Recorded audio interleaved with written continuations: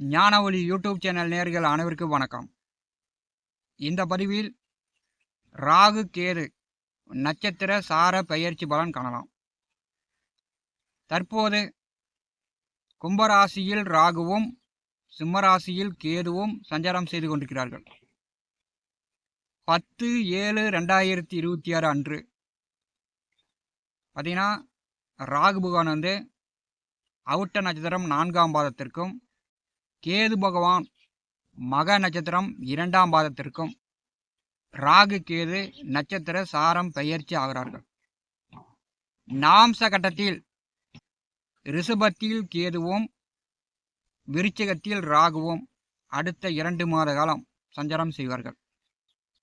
ஆங்கில தேதிப்படி 10/7/2026 முதல், தமிழ் தேதிப்படி பரபவ ஆண்டு ஆனி மாதம் 26 முதல் ஆவணி மாதம் 25 வரை, சரியா 2 மாதம் 60 நாட்கள். நாம்ச கட்டத்தில் ரிஷபத்தில் கேதுவும் விருச்சிகத்தில் ராகுவும் செல்லும்போது முதல் 3 நாட்கள், அதாவது 10/7/2026 முதல் 13/7/2026 வரை, இந்த 3 நாட்கள் நவாம்ச கட்டத்தில் ரிஷபத்தில் செவ்வாய் பகவான் செல்வார். அப்போ கேது செவ்வாய் இணைவு. இப்போ உங்களுடைய ஜாதகத்தில் நீங்கள் உங்களுடைய ஜாதகத்தை எடுத்து பாருங்கள். உங்களுடைய ராசி கட்டத்தில் ரிஷப ராசியில் 9 நவகிரகங்களில் எந்த கிரகம் நின்று திசை நடந்தாலும் புத்தி நடந்தாலும் அடுத்த 2 மாத காலம் உங்களுடைய உடல் ஆரோக்கியத்தில் கவனம் எடுத்துக்கணும். பயண போக்குவரத்தில் கவனமாக இருக்கணும். பணம் சார்ந்த விவகாரங்களில் கவனமாக இருக்கணும். ரிஷபத்தில் 9 நவகிரகங்களில் எந்த கிரகம் நின்று திசையோ புத்தியோ நடந்தாலும் அடுத்த 2 மாதம் அவங்களுக்கு உடல் ரீதியான, மன ரீதியான, பண ரீதியான, குடும்ப ரீதியான பிரச்சனையை கொடுக்கும். ராகு விருச்சிகத்தில் செல்கிறார். ராகுவை நாம் எடுத்துக்கொள்ள தேவையில்லை. கேது தான் மோட்சக்காரகன், மரணத்தை கொடுக்கக்கூடிய ஒரு கிரகம். கேதுவுக்கு ஆகாத கிரகம் அப்படின்னா சனி. சனிக்கு ஆகாத கிரகம் அப்படின்னா கேது தான். கேது திசையில் சனி புத்தி நடந்தாலும், சனி திசையில் கேது புத்தி நடந்தாலும், எந்த திசை நடந்தாலும் அதில் ராகு புத்தி நடந்துச்சுன்னா பார்த்தீங்கன்னா குடும்பத்தில் பிரச்சனையை உண்டு பண்ணும், மரணத்தை ஏற்படுத்தும். துயரம், துக்கம், வேதனையை உண்டு பண்ணக்கூடிய அமைப்பு இந்த ராகு கேதுவுக்கு 100% உண்டு. 10/7/2026 முதல் 13/7/2026 வரை, இந்த 3 நாட்கள் நாம்ச கட்டத்தில் ரிஷபத்தில் கேதுவும் செவ்வாயும் 3 நாட்கள் இணைந்து செல்லும்போது பெரும்பாலும் பயண போக்குவரத்தில் கவனமாக இருக்கணும். அவங்கவுங்க உடல் ஆரோக்கியத்தில் கவனமாக இருக்கணும். இப்போ இந்த காலகட்டத்தில் கணவன் மனைக்குள் சண்டை வரும், சகோதரருக்குள் அண்ணன் தம்பிகளுக்குள் சண்டை வரும், சொத்து பிரச்சனை, வாக்கியா வரப்பு தடத்து பிரச்சனை, அண்ணன் தம்பிகளுக்குள் சொத்து பிரச்சனைலாம் இந்த காலகட்டத்தில் ஏற்படுத்திவிடும். மகரம் ராசி அன்பர்களுக்கு ராகு கேது நட்சத்திர சார பெயர்ச்சி பலன் காணலாம். மகர ராசிக்கு 2வது வீட்டிலே பார்த்தீங்கன்னா ராகு பகவான் சஞ்சாரம் செய்து கொண்டிருக்கிறார். 10/7/2026 அன்று அவிட்ட நட்சத்திரம் 4ஆம் பாதத்திற்கு ராகு நட்சத்திர சாரம் பெயர்ச்சி ஆகிறார். மகர ராசிக்கு 8வது வீட்டிலே மக நட்சத்திரம் 2ஆம் பாதத்திற்கு கேது நட்சத்திர சார பெயர்ச்சி ஆகிறார். அடுத்து வரக்கூடிய 2 மாதம் மகர ராசிக்கு நாம்ச கட்டத்தில் 5ஆம் இடமான பூர்வ புண்ணிய புத்திரஸ்தானத்திலே கேதுவும் 11ஆம் இடமான லாபஸ்தானத்திலே ராகுவும் சஞ்சாரம் செய்வார்கள். பார்த்தீங்கன்னா கோச்சாரத்தில் நாம்ச கட்டத்தில் 5/11 சர்ப்பங்கள் வரும்போது அந்த 2 மாதம் உங்களுக்கு பெரும் புகழ் உண்டாகும்.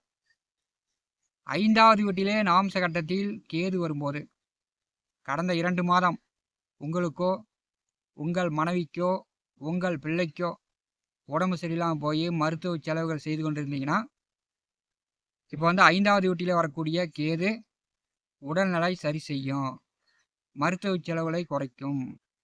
5வது வீட்டிலே நாம்ச கட்டத்தில் கேது வரும்போது இப்போ இந்த 2 மாதம், கடந்த 2 மாதம் விவசாயத்தில் வருமானமே இல்லை, மழையே இல்லை, ஒரே காய்ச்சலாக போச்சு, கை செலவு பணமே இல்லை அப்படின்னு சொல்லக்கூடியவர்களுக்கு எதிர்வரக்கூடிய இந்த 2 மாதம் விவசாயத்தில் புதிய வெள்ளாமை பண்ணலாம்.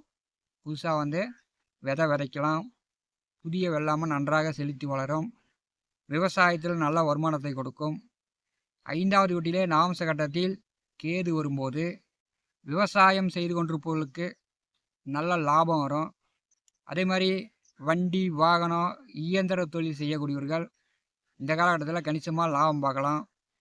ஆடு மாடு கோழிகள் மூலம் வளர்ப்பு பிராணிகள் மூலம் நல்ல லாபம் பார்க்கலாம். அடுத்த 2 மாதம் நவாம்ச கட்டத்தில் 5வது வீட்டிலே கேது வரும்போது மகர ராசி என்பர்கள் குலதெய்வ வழிபாடு செய்யலாம். உங்கள் குழந்தைகளுக்கு உங்கள் பிள்ளைகளுக்கு ஒரு நல்ல மகிழ்ச்சி, உடல் ஆரோக்கியம் நன்றாக இருக்கும். ஓரளவு பரவாயில்ல. கட்டிட தொழில் செய்யக்கூடியவர்கள், யூனிஃபார்ம் சர்வீஸ் வேலையில் இருப்பவர்கள் இப்போ இந்த காலகட்டத்தில் பார்த்திங்கன்னா ஒரு பொற்காலமாக இருக்கும். மகர ராசி என்பவர்களுக்கு அடுத்த 2 மாதம் இந்த கேது நவாம்ச கட்டத்தில் 5வது வீட்டில் செல்லும்போது உங்களுக்கு மன அழுத்தம், மனக்குறை, பணக்குறை இதெல்லாம் வந்து தீர்வதற்கான வாய்ப்புகள் மிகச்சிறப்பாக இருக்கிறது. பொருளாதாரம் பண பற்றாக்குறை உங்களுக்கு நீங்கும். நவாம்ச கட்டத்தில் ராசிக்கு 11வது வீட்டில் ராகு வருகிறார். செவ்வாய் நட்சத்திரத்திலே ராகு வரும்போது உங்களுக்கு வந்து செவ்வாய் வந்து பாதகாதிபதி. 4, 11ஆம் வீட்டிற்கு அதிபதியானவர் செவ்வாய். செவ்வாய் 11வது வீட்டிலே வரும்போது விவசாயம், மண் நிலம், பூமி சார்ந்த வேலை தொழில் செய்யக்கூடியவர்களுக்கு இப்போ வந்து படிப்படியாக வருமானம் உயரும். யூனிஃபார்ம் சர்வீஸில் இருப்பவர்கள், யூனிஃபார்ம் வேலையில் இருப்பவர்களுக்கு நல்ல வளர்ச்சி, நல்ல லாபங்களை கொடுக்கும். மூத்த உடன் பிறந்தவர்கள் மூலம் ஆதரவு உதவி உண்டு. சண்டை சச்சரவு இருந்துச்சுன்னா அதெல்லாம் வந்து படிப்படியாக குறையும். பண பற்றாக்குறையிலிருந்து நீங்கள் விடுபட்டு அதிகமாக பணம் சம்பாதிக்கக்கூடிய, லாபம் பார்க்கக்கூடிய அமைப்பு மகர ராசி என்பதற்கு உண்டு.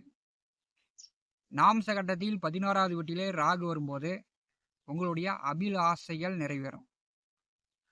பண விரயம் நீங்கி அபிலாசைகள் அடுத்த 2 மாதம் மகர ராசி என்பதற்கு நிறைவேறும். நீங்கள் வந்து பயன்படுத்தி கொள்ளலாம்.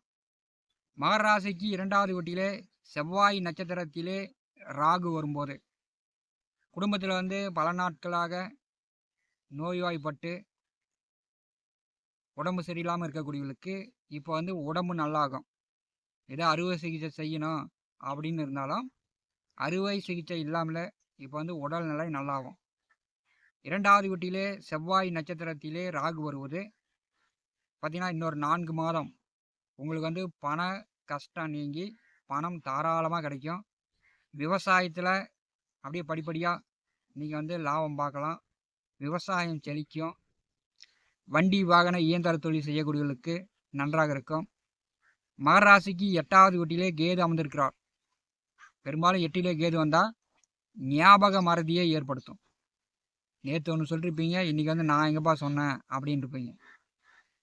ஒரு 60 வயதுக்கு மேற்பட்டவர்களுக்கு ஞாபக மறதியை ஏற்படுத்தும்.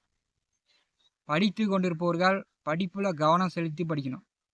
விளையாட்டுத்தனமாக பொழுதுபோக்காக படிப்பில் வந்து கோட்டை விடக்கூடிய சூழ்நிலை உண்டு. அதனால் வந்து படித்து கொண்டிருப்பவர்கள் ஞாபகத்தோடு நீங்கள் வந்து கஷ்டப்பட்டு படித்தீங்கன்னா தான் படிப்பில் வந்து முன்னேற முடியும். எதிர்வரக்கூடிய இந்த 2 மாதம் ராகு கேது நட்சத்திர சார பயிற்சி மகர ராசிக்கு ஒரு நல்ல முன்னேற்றத்தை தரப்போகிறது. பெரும் புகழ் உங்களுக்கு உண்டாகும். பெரும் லாபம் சம்பாதிக்கலாம். மகர ராசி அன்பர்கள் பயன்படுத்தி கொள்ளுங்கள். ஞான ஒளி யூடியூப் சேனலை பார்த்து கொண்டிருக்கக்கூடிய அன்பர்கள், இதுவரை நம்முடைய சேனலை சப்ஸ்கிரைப் செய்யாத அன்பர்கள் மறக்காமல் நம்முடைய சேனலை சப்ஸ்கிரைப் செய்து கூடவே இருக்கின்ற ஆல் பட்டன் அழுத்திங்க. தினந்தோறும் நம்முடைய சேனலில் ஜோதிட பலன்கள் பதிவிடப்படும். உடனுக்குடன் பார்த்து பயன்பெறுங்கள். நன்றி, வணக்கம்.